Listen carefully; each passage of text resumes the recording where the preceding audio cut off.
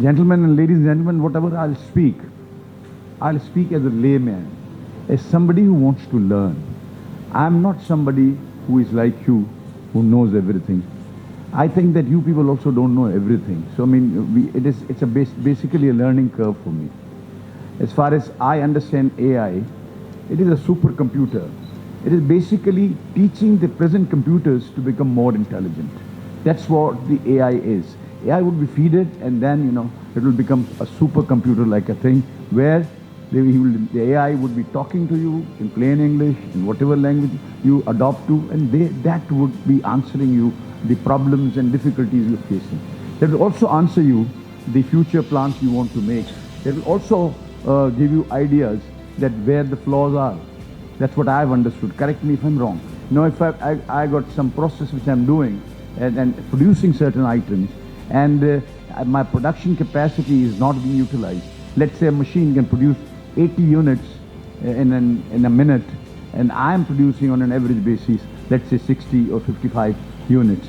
Now this 20 units, I need to find out that these 20 units which I'm not getting it, and other industries are more than my capacity utilization or efficiency benchmarks, AI would help me in this. If I put in the reports, these are my reports, and this is what is like in textile, if I can say, because I belong to that sector.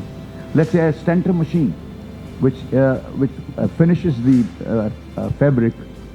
Now that fabric passes through that, and that has got 3, 4, 5 parameters. One is what kind of a temperature you're keeping. The second is that how much pressure you're giving to squeeze the water. Then third is that how much humidity you need when it is coming out. Then the temperature inside the chambers, what it is the inside, what is the outside temperature, how you want a feel of the fabric, and then that feel of the fabric would come out, and that would give you actually a final product. Now this is the machine which is producing a final product. My notion is that I'm trying to study this also, and I've told my people also to do that. That that you have to study this, that how it can help you, how the AI can, if you put in a case, the AI would guide you that how you will improve this, what are the flaws, where you are lacking, where you are not making the correct decisions, where your temperatures are not correct, where your speed is not correct, where your humidity coming out is not correct, why you're not getting that required speed, and why the product which is coming out is not up to the mark. That's what I feel that AI would answer me all those. I think it is tomorrow. But one thing I'm fearful of, that lady said that it will not remove the jobs. But I believe it should. I mean, now I'm talking as an entrepreneur, as somebody who's running an industry. Now, as an industrialist, I want to reduce my cost of doing business. I want to reduce the cost of manufacturing, what I'm doing. And that's cost of manufacturing. Large part of this, of course, the energy. But the second largest part is the overhead cost, which includes officers, which include hierarchies of the company, then the labor class of the company, even the watchmen and all those things. I was thinking in a broader terms, even if you can reduce the watchmen, which you're hiring, let's say 10 watchmen in a factory. Now you can convert to AI and have those things and host those cameras there, and you can have a learned person monitoring all those, and AI making a report of the entire 24 hours, and when I come to my office, I just see that what has happened in terms of security. Similarly, all the machines which are running in, there are so many machines in a factory. So now a machine which is not running efficiently, I want to run that efficiently. But I think in the process of adopting AI, I would also reduce the number of workers as well. Because the process which I'm carrying out, it might be orthodox project.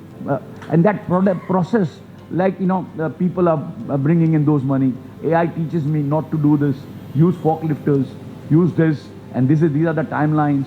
That where you're going to go, and you can increase your production, you can have capacity. Then the second thing is that if I have a certain requirement of the quality, which I can always feed there, that this is the quality I require.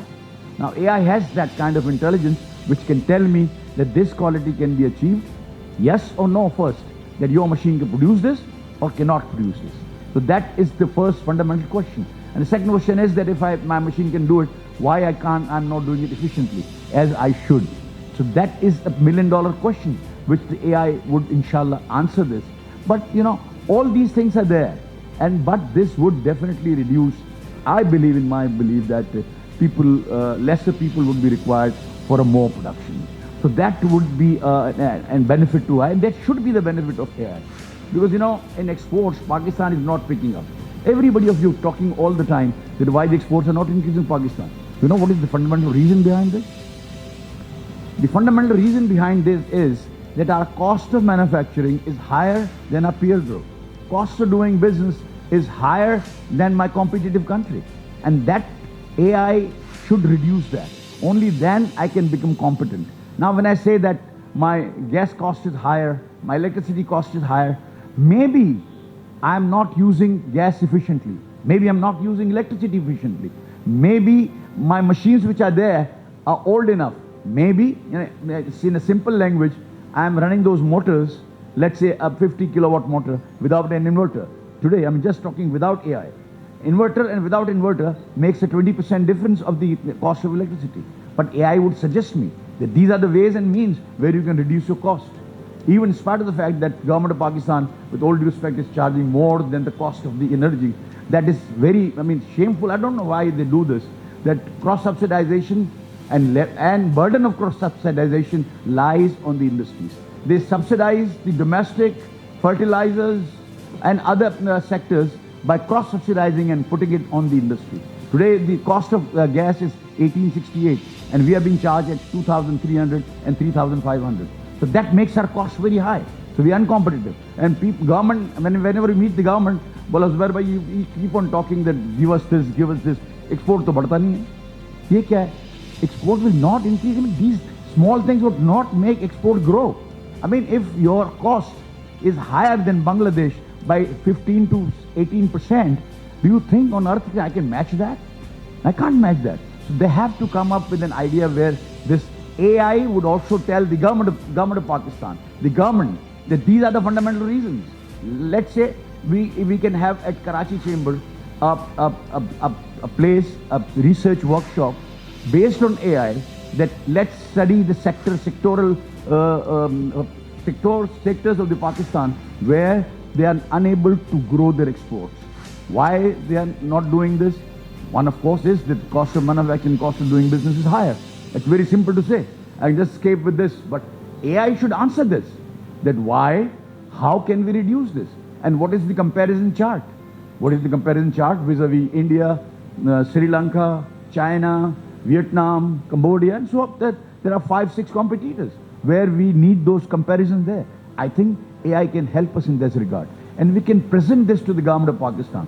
Look, this is the research work by Karachi Chamber of Commerce, which is responsible for 54% of the exports of Pakistan. 67% of the revenue comes from Karachi. So that body is speaking, and they do listen to us. When they do listen, then we don't have a concrete thing to present. Now, I believe that with AI, we would be able to see that what sectors are not performing. There are sectors which are very, a layman like me, or dumb like me, is running a factory, and he cannot take the efficiency. But everybody cannot be like me. There are people who are efficient, who know their job well, but still they cannot increase their export. Still they cannot utilize the capacity benchmarks, and they can't produce the quality goods which are required in the international market, or the price doesn't match. It is a price war which is going on.